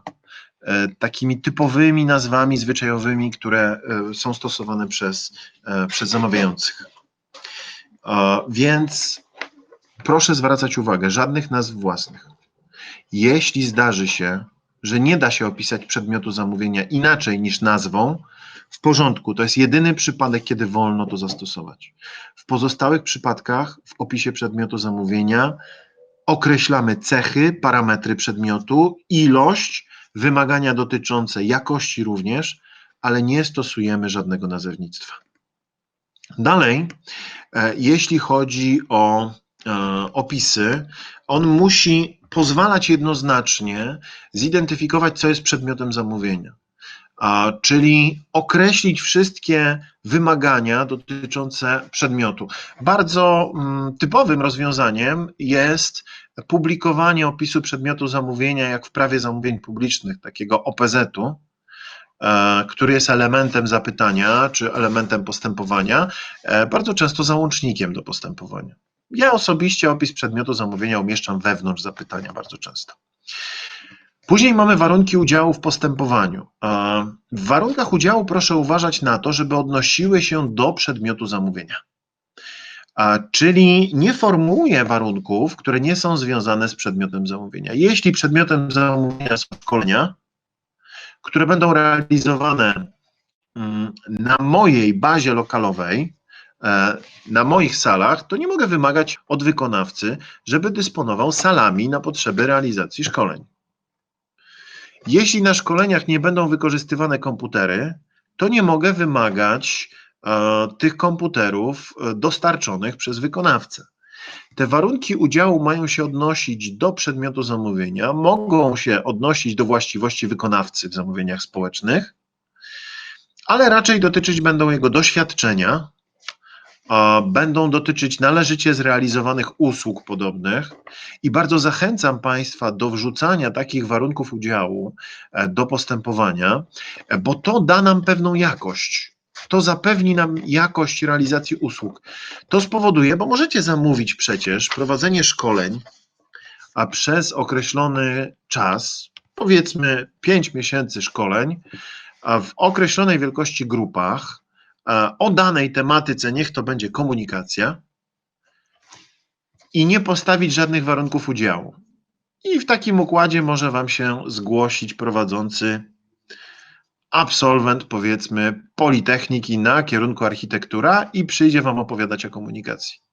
Zdarzały się takie przypadki, więc formułujcie proszę warunki udziału po to, żeby ograniczyć żeby ograniczyć podmioty, które nie mają doświadczenia, żeby ograniczyć podmioty, które nie mają potencjału do wykonania tego zamówienia. Czyli typowy warunek udziału to doświadczenie wykonawcy, to należycie wykonane usługi. Piszcie proszę, na jakiej podstawie te warunki oceniacie. Bo jeśli to oświadczenie, pamiętajcie, że papier jest cierpliwy, że liczbę godzin doświadczenia szkoleniowca można wpisać z nieba i tyle. Więc jeśli wpisujecie, jeżeli wymagacie, używajcie referencji. Wykonawca przedstawi referencje potwierdzające zrealizowanie co najmniej 3 usług o wartości 5000 zł każda. No to wszystko zależy, jaki jest przedmiot zamówienia. Nie wolno Państwu żądać ubezpieczenia od odpowiedzialności cywilnej wykonawcy na kwotę 1 000 000 złotych, jak zamówienie warte jest 100 000. Więc musicie bardzo uważać na te warunki. Pani Patrycja, jeśli wykonawca musi użyć podczas realizacji zamówienia narzędzia, które ma nazwę własną, narzędzie wypracowane w ramach innego projektu w POKL-u. Pani Patrycjo, to tak, może Pani użyć nazwy własnej, nie da się tego inaczej opisać, w związku z tym może Pani użyć nazwy własnej, ale to nie jest przedmiot zamówienia, wykonanie czy użycie tego narzędzia, tylko to narzędzie jest środkiem do osiągnięcia celu, do zrealizowania przedmiotu zamówienia. Pani Danuto, co oznacza, że przy usługach społecznych usunięcie jest 138o? Oznacza, że prawo zamówień publicznych w nowym kształcie wchodzi w styczniu 2021 roku i znikają takie typowe usługi społeczne.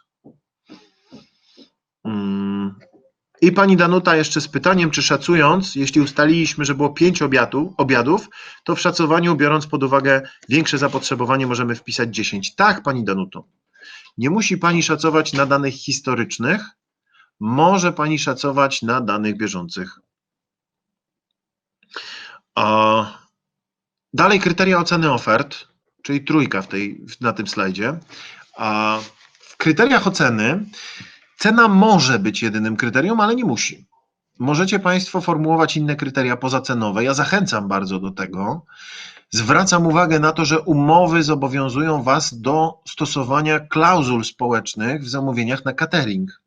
I to jest wymóg i nie ma przebacz.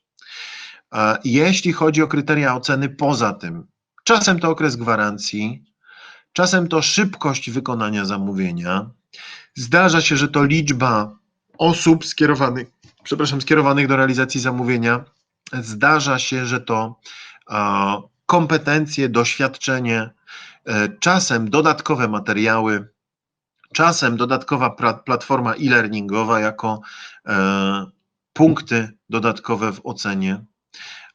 Więc te kryteria pozacenowe są dosyć rozbudowane. Można stosować kryteria pozacenowe i bardzo zachęcam do ich stosowania, ponieważ kryteria pozacenowe będą promować podmioty, które oferują większą jakość. Bardzo daleki jestem od kryteriów subiektywnych, czyli kryteriów chociażby castingu.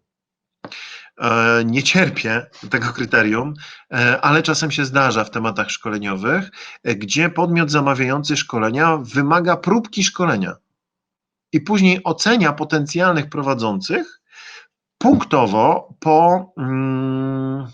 po jakości tej próbki. Niejednokrotnie występowałem w takich castingach, natomiast no nie jest to obiektywne kryterium, więc nie polecam. Pani Danuta, jeżeli teraz robi Pani ogłoszenie na 2021 rok, to czy ma Pani prawo stosować artykuł 138o? Tak. I jeśli go już nie będzie w 2021, to działa Pani zgodnie z tym przetargiem i z tą umową, który Pani zdążyła wszcząć. Pan Paweł, czy rozwinę klauzule społeczne na catering? Jak ma to wyglądać i co jak nie ma takiego wykonawcy? Oczywiście, Panie Pawle, to ważny element.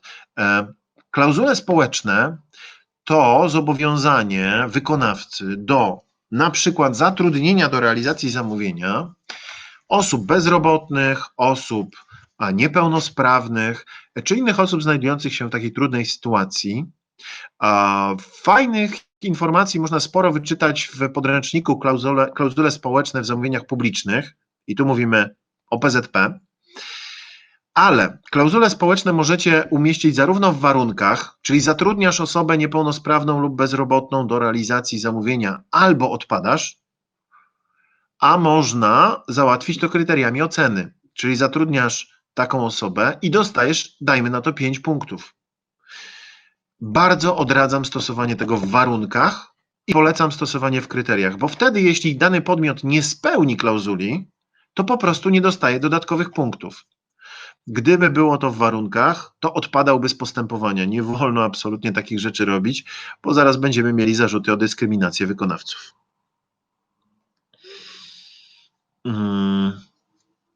Ok. Pani Danuta, jak zniknie 138o, to jak przeprowadzać przetargi na dożywianie? Zgodnie z nowym prawem zamówień publicznych, z nową ustawą, w nowych trybach. Na ten temat nie jestem w stanie się w tej chwili rozwinąć, ponieważ temat jest ogromny po prostu. Kryteria oceny. Przyznajemy punkty, cena może być jedynym kryterium. Nie ma złotego środka, że cena 50% to już za mało. Nie ma złotego środka pod tytułem cena 80% to dobrze. Wedle Państwa uznania i wedle potrzeb danego zamówienia. Bardzo polecam kryteria inne niż cenowe, bo znowu układają nam wykonawców według jakości, jaką nam oferują. Później 4, czyli informacje o wagach punktowych lub procentowych. Punktowanie tych ofert. Pamiętajcie proszę, że macie zapisać dokładnie, jakie punkty przyznajecie i na jakiej podstawie, żeby nie było sytuacji, gdzie za 5 lat doświadczenia przyznajecie 5 lub 10 punktów. Takie błędy się bardzo często zdarzają i to są korekty finansowe. Doświadczenie od roku do 5 punktów, od 5 do 10 lat 10 punktów. Podmiot wykazuje 5 lat doświadczenia i nie wiem, jak mu przyznać punkty, bo źle to zapisałem. Piszcie, na jakiej podstawie oświadczenia, referencji czy innych dokumentów przyznajecie te punkty. Później opis sposobu przyznawania samej punktacji, tak jak właśnie powiedziałem. Termin składania ofert i publikacja. To jest dalej w prezentacji, zobaczycie to, jak będziecie ją sobie później przeglądać. Termin składania ofert w PZP jest jednoznaczny i bardzo prosty, natomiast w zasadzie konkurencyjności jest trudniej. Usługi i dostawy co najmniej 7 dni od dnia następującego po publikacji. Roboty budowlane co najmniej 14 dni. Ale usługi i dostawy warte więcej niż 211 000 euro wartości szacunkowej publikujemy 30 dni. Nie wolno zbierać ofert w soboty, nie wolno zbierać w dzień wolny od pracy, tu też jest sporo korekt z tego powodu i pełnych 7, 14 lub 30 dni, to oznacza, że jeśli zbieramy 7 dnia, to do północy. Mamy nową bazę konkurencyjności, która obowiązuje nam od sierpnia. Ona jeszcze do końca sprawnie nie działa, natomiast powoli musimy się przyzwyczajać do niej i oferty można teraz składać w zasadzie konkurencyjności na bazie, mailem albo papierowo. I każdą z tych opcji Państwo możecie dopuścić. Ważne, żeby uważać na te terminy. Pełnych 7, pełnych 14, pełnych 30 albo więcej. Wtedy możecie zbierać i do 6:15 rano oferty, 8 czy 9 dnia. Jak nie lubicie długo spać, nie ma problemu. I teraz pytania. Pan Arkadiusz, z tego co widziałem, chyba zadawał pytanie. Tak. Czy dopuszczalna jest sytuacja, w której w ramach rozeznania posiadamy analizę 2 cen z odpowiedzi na piśmie na zapytanie od wykonawcy powiązanego z Wami, notatki własnej z rozmowy telefonicznej z wykonawcą? Panie Arkadiuszu, nigdzie w rozeznaniu rynku nie oświadcza się i nie sprawdza powiązania, więc potencjalnie 2 ceny, a tak naprawdę to powinny być 2 oferty. Od 2 wykonawców, nawet jeśli obaj są powiązani z Panem, nie ma sprawy. Notatka własna z rozmowy telefonicznej absolutnie nie wystarczy. musi zapewniać ścieżkę audytu, czyli albo wydruk oferty, albo wydruk cennika, albo wydruk maila, ale sama notatka własna nie ma mowy. Pani Ania, czy w przypadku realizacji projektu ryczałtowego nie musicie stosować zasady konkurencyjności? Tak, Pani Aniu, to jest wyłączenie opisane w 6.5 wytycznych w punkcie 6. Pani Danuta, czy 7 dni kalendarzowych na publikację? Kalendarzowe terminy w zasadzie konkurencyjności są kalendarzowe. O, Pani Agnieszka podpowiedziała. Terminy realizacji umowy 7 na tym slajdzie.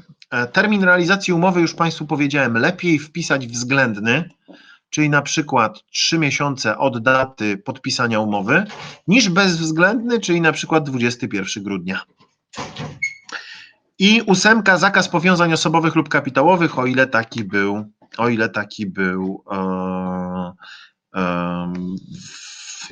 było stosowane. Pani Urszulo, czy oświadczenie o braku powiązań kapitałowych to dotyczy również zamówień udzielanych w ramach PZP? Nie, to oświadczenie z zasady konkurencyjności nie dotyczy prawa zamówień publicznych. Dalsze elementy zapytania. Istotne zmiany umowy. Nie macie Państwo obowiązku publikowania pod postępowaniem wzoru umowy, ale macie obowiązek określenia istotnych zmian umowy. Czyli w tym wypadku, jeśli chcecie umowę zmieniać, to musicie sprawdzić, w jakim zakresie jest to dopuszczalne. W wytycznych kwalifikowalności na końcu rozdziału 6.5.2 znajdziecie wszystkie dopuszczalne sytuacje. I stamtąd się to bierze.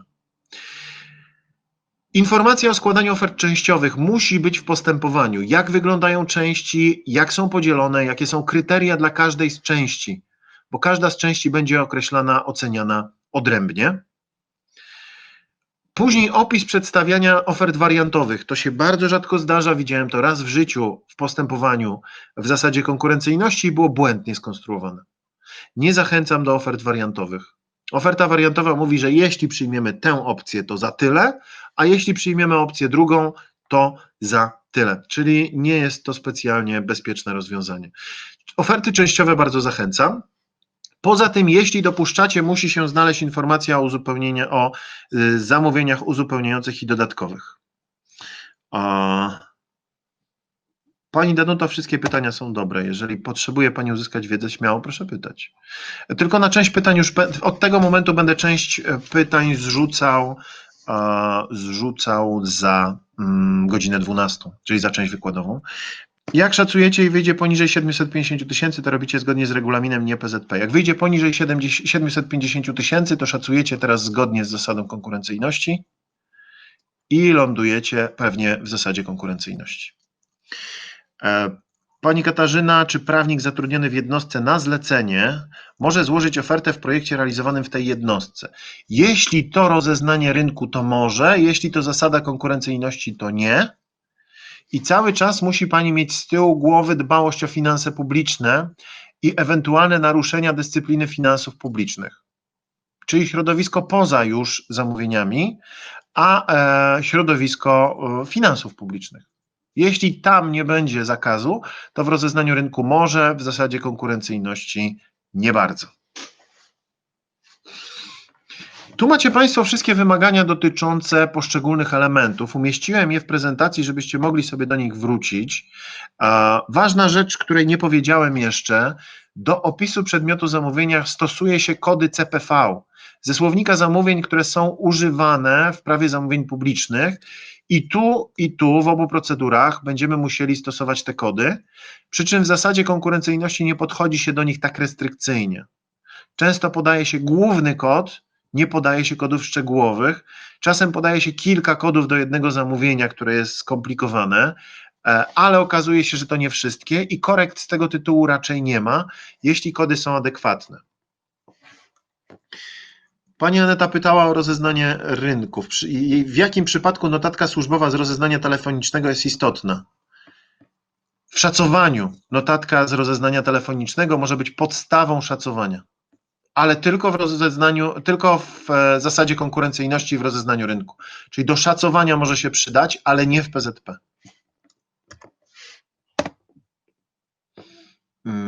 Warunki, powiedziałem o warunkach, mówiłem już o wszystkich elementach konstrukcyjnych, o kryteriach.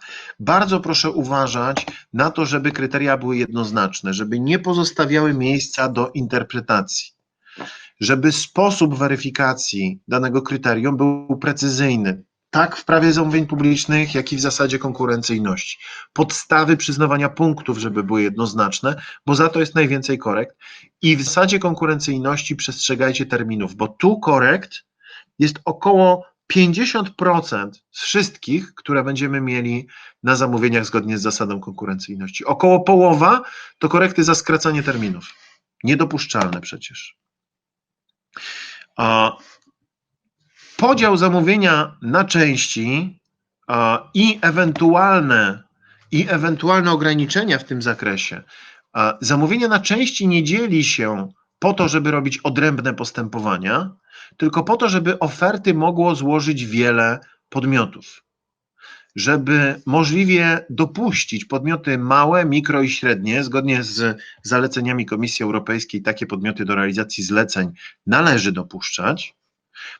W związku z tym podział na części służy ułatwieniu składania ofert, różnorodności pośród wykonawców i większej jakości. Ostatnio korekty finansowe pojawiły się za łączenie robót budowlanych, zaadaptowania pomieszczeń na potrzeby integracji społecznej i równocześnie zakupu wyposażenia. Postępowanie ogłoszono jako jedno, niepodzielone na części, czyli szukamy wykonawcy, który zaadaptuje nam pomieszczenia i wstawi do nich meble. I tutaj zarzut ograniczania konkurencji był zasadny, ponieważ moglibyśmy to podzielić na dwie części, oddzielnie budowlanka, oddzielnie dostawa sprzętu i gdyby zjawił się wykonawca, który wygrałby w dwóch częściach, w porządku, mamy jednego wykonawcę. Jeśli natomiast zjawiłoby się dwóch wykonawców, to również mniejszy podmiot, który nie robi budowlanki, a tylko handluje meblami, ma szansę wystąpienia w tym postępowaniu. Ok, idziemy dalej. Jeśli chodzi o opisy przedmiotów, uważajcie bardzo w trakcie postępowania na zmiany w dokumentacji. Niemal każda zmiana w dokumentacji powoduje konieczność przedłużenia tego postępowania. I przedłużenie postępowania jest bezpiecznym sposobem poradzenia sobie z taką zmianą. Bo jestem w stanie Państwu udowodnić, że każda zmiana może wpłynąć na treść ofert, a tym bardziej może wpłynąć na ceny oferowane przez potencjalnych wykonawców. Jeśli wprowadzicie mi Państwo obowiązek wysłania uczestnikom szkoleń papierowych certyfikatów, taki obowiązek mam teraz na szkoleniach w Szczecinie, a w innym zamówieniu mam możliwość wysyłania certyfikatów w wersji elektronicznej w pliku PDF, to wysłanie plików kosztuje mnie tylko czas, a wysłanie certyfikatów do 60 czy 70 z Państwa, tak jak jest Was tutaj tyle osób na naszym spotkaniu, będzie mnie kosztowało dużo więcej. I to wpływa na wycenę, więc uważajcie na zmiany dokumentacji. Co do publikacji, plany zamówień publicznych w prawie zamówień publicznych to wymóg ustawy PZP i na podstawie takich planów często robione są szacowania również na potrzeby projektów i zamówień w projektach. Natomiast o publikacji chciałem Państwu powiedzieć, że jeśli chodzi o publikatory oficjalne, prawo zamówień publicznych ma biuletyn zamówień i ma Dziennik Urzędowy Unii Europejskiej. Natomiast jeśli chodzi o zasadę konkurencyjności, to mamy bazę konkurencyjności jako jedyny oficjalny publikator, na którym wiesza się te zapytania.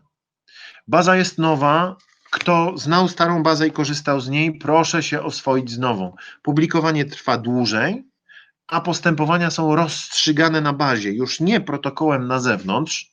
To znaczy oprócz protokołu na zewnątrz należy rozstrzygnąć, wgrać oferty, jeśli wpłynęły papierowo, wgrać protokół z tego postępowania na bazę konkurencyjności, co powoduje trochę trudności w rozstrzyganiu.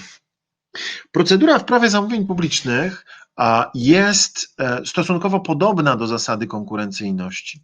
Ogromne znaczenie w kontekście korekt finansowych ma ustalenie wartości zamówienia, czyli szacowanie, ma opis przedmiotu zamówienia, i konstrukcja opisu, który też nazw własnych zawierać nie powinien, kryteria i warunki udziału, tak samo jak w zasadzie konkurencyjności, i oprócz tego samo rozstrzygnięcie i publikacja. Publikacja i rozstrzygnięcie w tej kolejności. Pani Agnieszka komentuje, że zawsze trzeba było podać wyniki na bazie. Tak, Pani Agnieszko, ale teraz trzeba wgrać na nią protokół. Teraz trzeba opublikować wynik w dużo szerszym zakresie.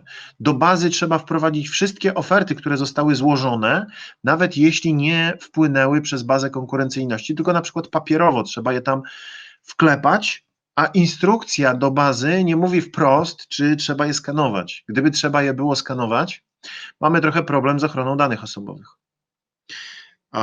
Pani Katarzyna, czy są sankcje za niewgranie do bazy konkurencyjności ofert i protokołu? Mogą być. Mogą się pojawić, pokażę taryfikator korekt, niewielkie, ale mogą się zdarzyć. Ewentualnie w projekcie FS-u korekty na kosztach pośrednich za rażące naruszenie procedur w zakresie zarządzania projektem jeszcze grożą. Wprowadzenie ofert do bazy konkurencyjności, jakich dotyczy przypadków. Jeśli Pani Danuto będziecie robić zasady konkurencyjności, ja zakładam, że tak, bo nie wchodzicie w przetarg, to pewnie robicie zasadę konkurencyjności w takim układzie, to macie obowiązek wprowadzenia na bazę konkurencyjności zapytania, a potem rozstrzygnięcia, czyli wgrania ofert, wprowadzenia nazw i co najmniej nazw wykonawców i wartości tych ofert i protokołu, jeśli oferty nie wpłynęły przez bazę. W tym roku już od kiedy to jest? Od 18 albo 19 sierpnia 2020 roku. To jest nowa baza konkurencyjności, ale jeśli Państwo nie zdążyli wgrać, to można jeszcze do postępowania to powrzucać, jeśli macie postępowanie wszczęte po 19 sierpnia. Wiedziałem, że będzie pytanie, Pani Katarzyna pyta, czy są terminy na wprowadzenie wyników. Tak, Pani Katarzyno, niezwłocznie. Więc no mówi się w praktyce, że przed pierwszą kontrolą na tym zamówieniu. Jeśli chodzi o procedury, cóż jeszcze Państwu muszę powiedzieć o procedurach, na co bardzo uważać. Procedurę PZP macie dokładnie rozpisaną, warunki, kryteria dla PZP macie również rozpisane odrębnie, natomiast ważne jest to, że oferta na bazie konkurencyjności nie ma na przykład terminu ważności. W prawie zamówień publicznych prosi się, wzywa wykonawcę o przedłużenie ważności oferty, bo ocena się przedłuża. W zasadzie konkurencyjności tego nie ma. W prawie zamówień publicznych macie Państwo wziąć wadium, a w zasadzie konkurencyjności nikt tego nie uregulował, więc jak chcecie, to możecie wziąć wadium, jak nie chcecie, to się wadium nie stosuje. Ja wadiów nie stosuję, nie lubię wadiów w zamówieniach na bazie konkurencyjności. Pani Katarzyna, czy postępowania wszczęte na początku sierpnia są ważne, jeśli były tylko w starej bazie? Tak, tak, od 19 sierpnia wszczynane powinny być publikowane na nowej bazie. Wszystkie wszczęte wcześniej są ważne na starej bazie. Czy jest coś takiego jak plan zamówień publicznych, które należy ogłosić? Tak, w slajdach umieściłem taką informację. Tylko prawo zamówień publicznych wymaga stworzenia i publikacji, a później aktualizacji planu zamówień publicznych na stronie internetowej zamawiającego. Nie ma odrębnego planu dla projektów, więc w projekty uwzględnia się w ogólnym planie, jak już wiemy, że będą, natomiast w zasadzie konkurencyjności nie ma takiego planu. Dla podmiotów prywatnych, biznesu, organizacji nie ma takiego planu. Każdy podmiot publiczny ma obowiązek, zgodnie z prawem zamówień publicznych, taki plan publikować. To między artykułem 32 a 35 prawa zamówień publicznych ustawy się znajduje. Dokumenty, które się składa. Tu mamy kilka orzeczeń KIO dotyczących dokumentacji, natomiast chcę Wam zwrócić uwagę na te dokumenty. W prawie zamówień publicznych najczęściej dokumenty przedstawiane są dopiero po złożeniu ofert na etapie ich oceny czy wyłaniania wykonawcy albo zawierania umowy. W zasadzie konkurencyjności te dokumenty są załączane zwykle pod ofertę. Pani Danuta pytała, czy tego roku? Tak, 2020. Terminy. Macie Państwo rozpisane terminy. zmiany i pytania. Mówiłem o zmianach i pytaniach do zamówień, że trzeba bardzo uwzględniać każdą zmianę jako potencjalną przesłankę do przedłużenia zbierania ofert. Treść pytań jest publikowana na bazie. Jeśli pytanie przyjdzie papierowo, to i tak trzeba je wprowadzić na bazę konkurencyjności. Pani Danuta, czy jeżeli są usługi społeczne poniżej 750 000, czy każdą część oddzielną można stosować z zasadą poniżej 30 000 euro i wtedy nie ma tej zasady konkurencyjności? Nie, nie wolno sztucznie dzielić zamówienia. Jeżeli usługi społeczne są poniżej 750 000, to badamy, jaka jest ich łączna wartość w projekcie i jeśli ich wartość w projekcie przekracza 50 000 złotych netto, to stosujemy zasadę konkurencyjności. Rozstrzyganie, już sporo powiedziałem, i w PZP i w zasadzie konkurencyjności będziemy mieli protokół z postępowania. Konstruujemy protokół, w zasadzie mamy dokładnie opisane, jak on powinien wyglądać. Podsumowuje wszystkie oferty, które wpłynęły, wszystkie oferty ważne, punktację, wskazuje ofertę, która została wyłoniona i uzasadnia. Często zamawiający ma problem z uzasadnieniem. Powiem Państwu krótko, jakie jest uzasadnienie. Dostał najwięcej punktów, więc wygrał. To jest uzasadnienie wyłonienia wykonawcy. Nie zapomnijcie o dacie. Ja kiedyś w trakcie kontroli na protokole musiałem dopisać datę i podpis, bo był opieczętowany, natomiast zapomniałem podpisać i postawić daty i po prostu to uzupełniłem. Nie było z tym najmniejszego problemu, bo protokół był. Więc nie zapominajcie o tym i w przypadku zasady konkurencyjności oświadczenia o niepowiązaniu osób podpisujących protokół. Wynik publikuję na bazie. Wynik musi być opublikowany na bazie, wgrany protokół. Bardzo polecam zapoznać się, jeśli przyszłoby Państwu pracować z instrukcją do bazy konkurencyjności. Ona jest bezwzględnie konieczna, bo baza jest nowa, zupełnie inna niż poprzednia wersja. No i nieprawidłowości, proszę Państwa. Jeśli chodzi o nieprawidłowości, sporo o kontroli tutaj się pojawiło. Większość kontroli zamówień w projektach Europejskiego Funduszu Społecznego pojawia się dopiero na etapie pełnej kontroli projektu. Czyli kontroli w trakcie realizacji albo na zakończenie, które będą badać postępowania w pierwszej kolejności. Te wydatki związane z zasadą konkurencyjności, z rozeznaniem i z prawem zamówień publicznych mają pierwszeństwo do kontroli w próbach kontrolnych, ponieważ są obarczone ryzykiem błędu. I one w metodologiach są opisane jako pierwsze do kontroli. Kontrolowana jest publikacja, samo postępowanie i jego konstrukcja, rozstrzygnięcie i umowa, bo od 50 000 złotych netto musi zostać zawarta pisemna umowa z wykonawcą. Ta umowa może być w formie elektronicznej, jeżeli podpisana jest podpisami elektronicznymi. Pani Danuta pyta, czy jak podpisana jest umowa, to można umieścić. Można umieścić wynik, rozstrzygnięcie po podpisaniu umowy z wykonawcą.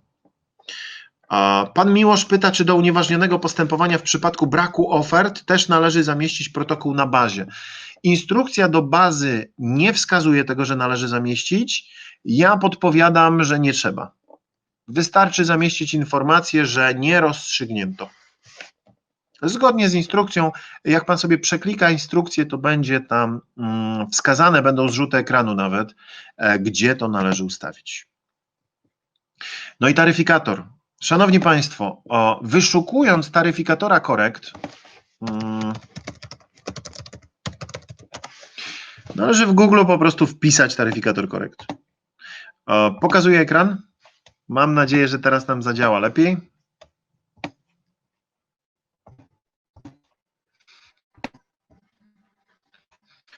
Po wpisaniu w wyszukiwarce hasła taryfikator korekt, pierwszy wynik.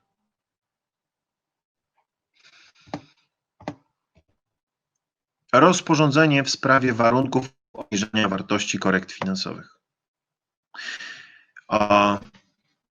Ta nazwa powinna wystarczyć. Rozporządzenie z 2020 roku. Nie ma innego rozporządzenia w 2020 roku na ten temat. Wystarczy nazwa rozporządzenia w sprawie warunków obniżania korekt.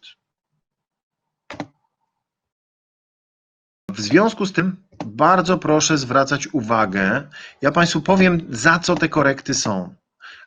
Nowy taryfikator jest trochę niewygodny, no każdy był niewygodny, ponieważ jest ułożony, składa się z tabel, które są ułożone pionowo, ale obrócicie sobie dokument i doczytacie. Za nieopublikowanie ogłoszenia, mimo że było trzeba, można dostać 100% korekty.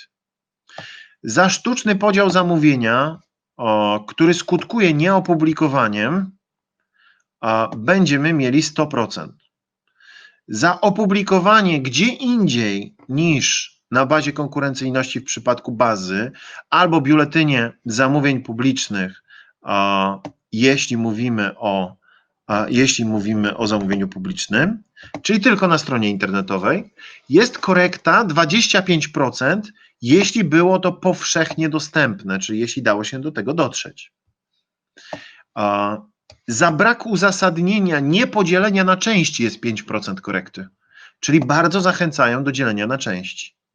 Za nieprzestrzeganie terminów mamy korekty od 100%, jeśli te terminy są skrócone o więcej niż 85%, do 5% korekty w przypadkach niewielkich, nieistotnych, skrócenia o mniej niż 30%. Jeśli dokumentacja zamówienia nie została upubliczniona w odpowiednim czasie, czyli w całym okresie realizacji zamówienia, nie realizacji zamówienia, tylko zbierania ofert, to korekta, która za to przysługuje, to 25%. Jeżeli negocjujemy z wykonawcami w zasadzie konkurencyjności, a jest kilku wykonawców, również możemy dostać korektę finansową. Za wykluczające kryteria, za warunki, które są przewyższające niezbędne do wykonania zamówienia, korekty to 25, 10 albo 5%. Było w międzyczasie pytanie, widzę, że tam panie sobie podyskutowały już na temat odpowiedzi, ja tylko rzucę okiem. Od kiedy na bazie trzeba udostępniać te wszystkie informacje typu oferty, rozstrzygnięcia, odpowiedzi na zapytania i tak dalej? A od kiedy? Od kiedy baza istnieje, pani Doroto, a w jakim terminie? Niezwłocznie. Pytania trzeba było udostępniać już w starej bazie konkurencyjności. Rozstrzygnięcia na bazie też, ale w tej chwili protokoły trzeba udostępniać na bazie konkurencyjności dopiero od kiedy istnieje aktualna baza. Odpowiedziała pani Agnieszka, zgadzam się, podpisuję się pod tym pytaniem, pod tą odpowiedzią jak najbardziej. Od sierpnia, od 19 sierpnia tak naprawdę, czyli dla zapytań opublikowanych po 19 sierpnia. Zwróćcie proszę uwagę na taryfikator, pamiętajcie o tym, że tam jest sporo różnego rodzaju naruszeń. Jeśli chodzi o skutki naruszeń, jeśli zidentyfikowane zostanie naruszenie, instytucja informuje Państwa o tym, pewnie wskutek kontroli znaleźli, informuje Państwa o tym pisemnie, w protokole czy gdziekolwiek indziej. I na tej podstawie będziemy mieli, proszę Państwa, prawo do zgłoszenia pisemnie uzasadnionych zastrzeżeń. 14 dni, zresztą tak będzie w pouczeniu, na pisemnie uzasadnione zastrzeżenia do ewentualnej korekty i niekwalifikowalności. Proszę się bronić, co najmniej próbować zejść na niższy poziom korekty. Często błąd jest uzasadniony i niestety, jeśli błąd będzie uzasadniony, to prawdopodobnie nie uda się Wam uniknąć korekty, ale być może uda się zejść z 25 na 10 albo z 25 nawet na 5% wartości korekty. Jeśli korekta przysługuje z dwóch tytułów, czyli błędy są 2 i powody do korekt są 2, nie ma możliwości jej zmniejszenia. Na szczęście nie sumują się korekty finansowe jak punkty karne, które można od policji dostać na drodze. Pan Arkadiusz pisze, że w wytycznych nie ma nic o publikacji protokołów. No niestety nie ma, panie Arkadiusz. Jest w instrukcji do bazy konkurencyjności, na stronie bazy konkurencyjności. Jakiej wartości zamówienia należy umieszczać w bazie, mówi pani Monika. Nieważne, jaka jest podstawa prawna w prawie zamówień publicznych. Jeśli zamówienie jest warte więcej niż 50 000 netto, umieszczam na bazie konkurencyjności. Zaraz będę odpowiadał na dalsze pytania, dokończę tylko część wykładową. Macie Państwo tu sporo przypadków nieprawidłowości, naruszeń, które się zdarzają w ramach zapytań. Natomiast no to są przykładowe naruszenia, już powiedziałem o tych wszystkich, które najczęściej się zdarzają. Przejrzyjcie sobie proszę te prezentacje. Pamiętajcie o tym, że oprócz kontroli zamówień typowej z instytucji, z którą podpisaliście umowę, mogą się pojawiać kontrole czy z Urzędu Zamówień Publicznych, tu mówimy o PZP, może Was kontrolować NIK, UKS, a teraz KAS, czyli Krajowa Administracja Skarbowa, mogą kontrolować różne podmioty z zewnątrz, spoza systemu wdrażania funduszy europejskich i na to bardzo proszę uważajcie. O zmianach w postępowaniach mówiłem. Znaczących zmian nie można wprowadzać. Lista dopuszczalnych zmian jest na końcu rozdziału 6.5.2 wytycznych kwalifikowalności i ja ją tutaj również umieściłem w prezentacji. Starałem się Państwu o tych praktycznych aspektach zamówień opowiedzieć, czyli o tym, na co uważać, czego się wystrzegać, w jaki sposób możliwie najbezpieczniej przeprowadzić te postępowania. Podsumowując, zachęcam do dzielenia zamówień na części. Proszę bardzo ostrożnie myśleć o kryteriach i o warunkach, czy one przypadkiem nie dyskryminują wykonawców, albo czy nie są większe niż te niezbędne do wykonania zamówienia. Zachęcam do stosowania kryteriów i warunków, bo one dadzą Wam niezłą jakość zamówienia. W przypadku zasady konkurencyjności, jeśli nie ma ważnych ofert, śmiało udzielajcie zamówienia z wolnej ręki. Nie czekajcie drugi raz, nie róbcie drugi raz postępowania, jeśli z pierwszym wszystko było w porządku. Bardzo uważajcie na rozeznanie rynku, bo w nim błąd kończy się korektą na całości zamówienia, ponieważ nie ma taryfikatora dla rozeznania i albo je zrealizowaliście, albo nie. Szanowni Państwo, tym sposobem zamykam część wykładową i przechodzę do pytań. W tym momencie pojawia nam się gra pod tytułem Wszyscy na jednego. Dziękuję bardzo w takim razie za część wykładową i zaczynam odpowiadanie na pytania, których mamy tu bardzo, bardzo dużo. Śmiało proszę wpisywać, gdyby się pojawiały.